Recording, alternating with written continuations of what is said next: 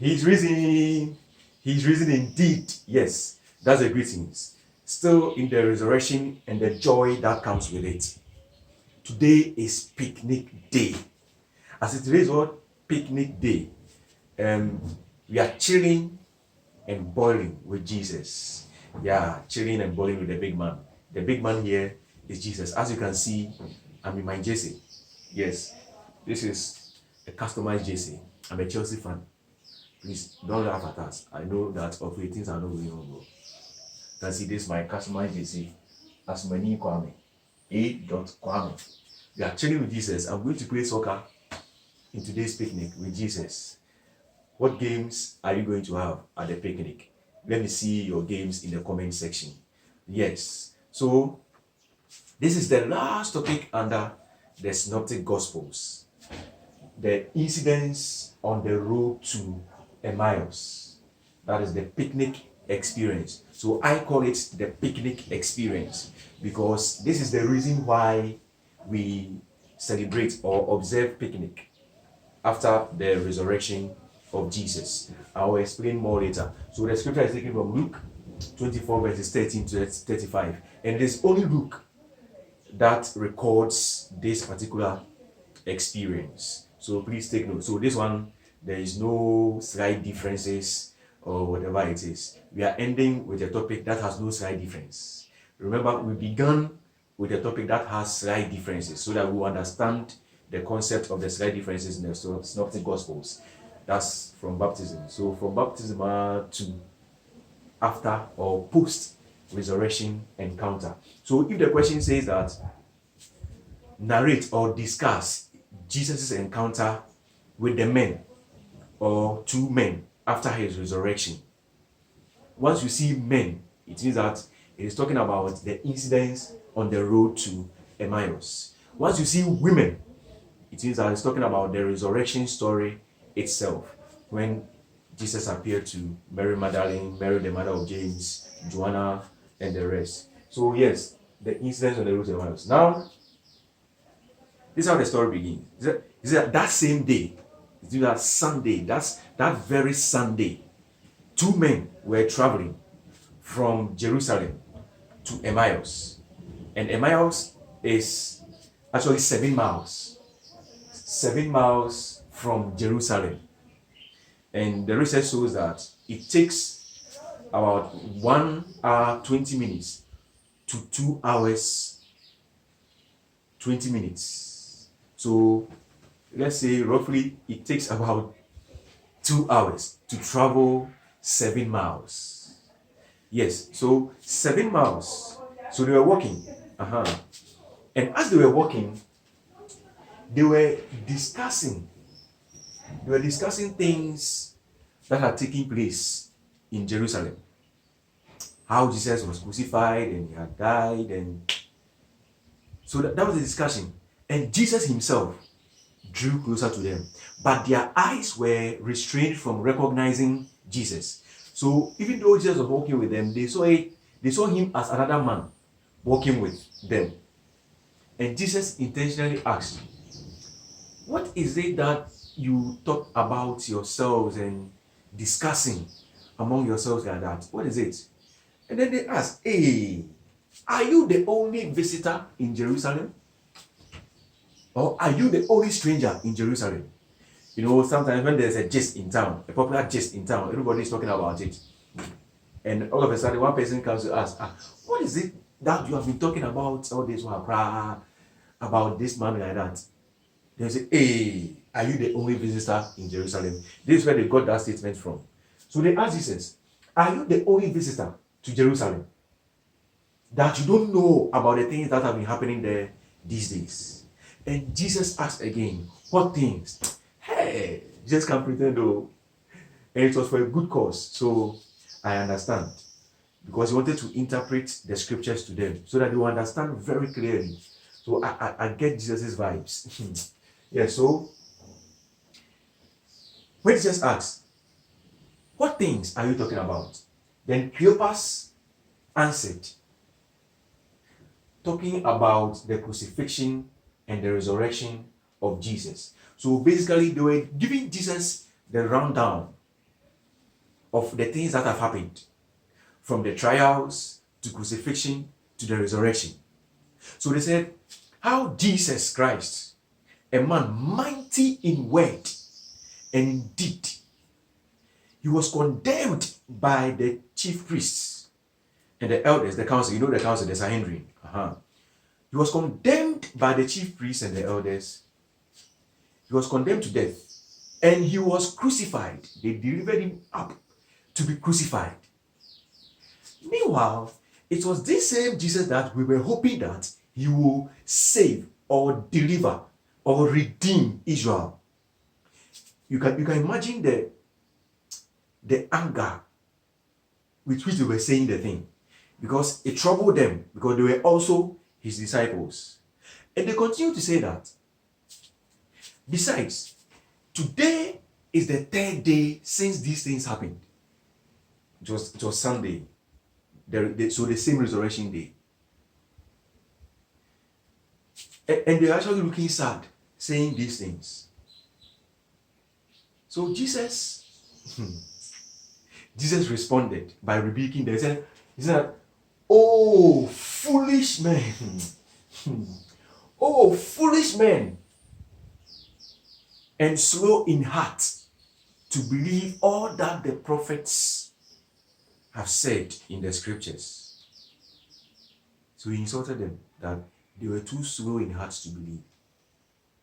Mind you, they were saying that after they said that today is the third day that Jesus has resurrected, they said that what amazed them is that some women who are actually part of them, some women in their company, went to visit the tomb. And they didn't see his body. And they came back giving a report of how they have seen some angels. And the angels told them that Jesus is alive, he is risen. And some disciples also went to check. And the body, when they checked, as for the body there, it wasn't there. The body wasn't there. But they didn't see the resurrected Jesus. So you see the point? The women who went to the tomb first saw him. And according to Matthew, some of you they worshipped him. Now, after they gave their report, some also went to the tomb, but they didn't see him. So that is their confusion. So in their mind, why is it that if indeed he is risen, some saw him and some didn't see him? Why? So that was the doubt in their hearts.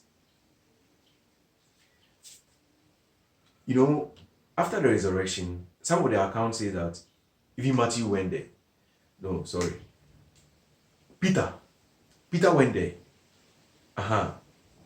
So Peter went there. Later we realize that Peter saw him.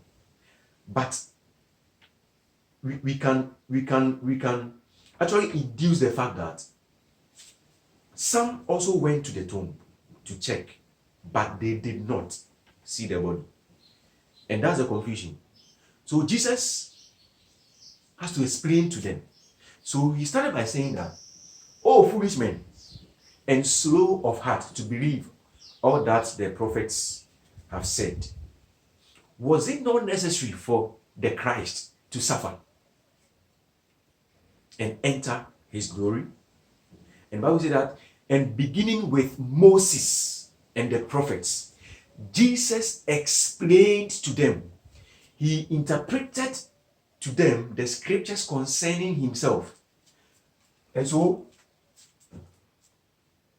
beginning from Moses and all the prophets. So, this is your personal reading. This is for your personal reading. So, I've given you some examples of the scriptures that Jesus might have used in explaining things in the scriptures concerning himself. So, as you can see, Genesis 3:15, and then Genesis 22 verse 8. Then you have Exodus chapter 12 verses 13. And then the same Exodus chapter 13 verse 13. Then Exodus 30 verses 12 to 16. Leviticus 17 verses 11 to 14. Isaiah 53 verses 5 to 6. Then Psalm 22 verses 14 to 18. These are some of the scriptures. You see, beginning from Moses. So, for instance, when we read the Genesis, it talks about the fact that the seed of the woman shall bruise the head of the serpent. So that seed of the woman is interpreted to mean Jesus, because Jesus defeated the devil. First Peter, when we read First Peter, said that even when he was in the grave, physically, when the body was in the grave, spiritually, he went to prison. He went to hell. He went to preach to the souls of those who died during Noah's time. So he defeated the devil. When you read other manuscripts, you say that he made the devil a public spectacle. So from there, and Isaiah will tell you how he was crucified and all that. During 9 lessons and carols, during the Christmas festivities, the 9 lessons talks about Jesus. So when it gets there, please pay attention, because they talk about how Jesus had to come and how he had to, die and then save us. During the Easter festivities, as we read, from the Good Friday and things, the scriptures that they talk about are prophecies about Jesus. So during those times, please pay closer attention to the things that we say, because they talk about Jesus, so that Jesus will not say that you are a foolish man or a foolish boy.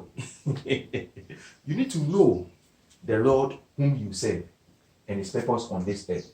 It's very necessary. So Jesus explained to them, and so they were walking. So what is what they were walking on? And as they were getting to their destination, it appeared that Jesus was going further, but then they constrained him. They told him that, please stay with us, because the day is far spent and is already heading towards evening.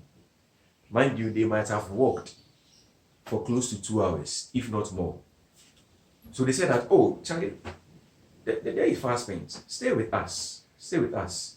And this is what one musician in Ghana, DSP, now ASP, Kuvisapon, has used it in his song. Enti ora tnayen chen kakra na dere asan chire amayehu atoye enti ora tnayen chen kakra. This is where they got the song from. The translation of the song says that, Ura, Lord, stay with us for a while, because it's already heading towards evening and the day is far spent. Your teachings, Onchire Chire, has given us comfort. Remember, Jesus taught them the scriptures. So his teaching has given them comfort, and that's the reason why they said he should go with them and stay with them for a while. So Jesus agreed to go with them. And they sat at table, and Jesus blessed the bread. So like a communion session. So he blessed the bread and broke it and gave it to them. So the moment Jesus gave them the bread, then the Bible says that their eyes were opened. Remember, when Jesus went closer to them on the road, the Bible says that their eyes were restrained from recognizing Jesus. So after Jesus gave them the bread, then their eyes opened. And they realized that it was Jesus. The moment they saw that it was Jesus, then Jesus vanished from their presence. Wow. I'm sure the only time you see people vanishing is in the movies. Kumawood movies, Nollywood movies, Gollywood, and even in the Hollywood movies. Sometimes Hindi movies and all. But this time around, imagine being in their shoes. How would they feel? Imagine you see somebody talking to the person and the person vanishes instantly. How would you feel? You may run away, right? So Jesus vanished. And they talked to each other. Wow. Didn't our hearts burn within us as he opened the scriptures to us on the road? So they realized that, hey, that's why Jesus was able to explain the scriptures to them like that. You see the thing? And they understood the fact that, wow, indeed, it was a lot. So that very moment, they went back to Jerusalem. They went back to Jerusalem and said that the Lord has risen indeed and appeared to Simon. So you can imagine, they were going in joy because they too, they have had evidence of the fact that Jesus indeed has resurrected. So with joyful hearts, they went to the 11 and told them that, hey, we too have seen him. Oh, seeing is believing, according to Thomas. And Jesus had to rebuke Thomas and say that, forget, it's not always that seeing is believing. You don't have to see God before you believe. His creation, things around us, testify of this. So they told the 11 that we have seen him. And they also responded that, yes, he is risen indeed. That's why on the picnic day, the greeting is, he is risen. Then you respond, he is risen indeed. So he is risen. Yes, he is risen indeed. So yes, he has risen and has appeared to Simon. This Simon is Peter. And take note of the exclamation sign. See that they were shouting with joy. He is risen indeed. Out of joy. So say it out of joy and shout it. To mean that Jesus is indeed risen. So they narrated to them how Jesus appeared to them on the road to Emmaus and how he ate with them and all. And they were filled with joy. So this is where it ends. Now, when it continues down there, you realize that Jesus told them, Jesus appeared to them when they were rejoicing, and he actually asked them, have you eaten? And he actually, wow, he actually prepared meals with them and ate with them. That's why during picnic, we eat and drink. We are chilling and balling with Jesus, the resurrected Jesus, the resurrected Lord. So as you go for picnic, or the next time you go for picnic, know that it's not just about fun. We are doing it in the presence of God and with God, with the risen Jesus, the risen Lord.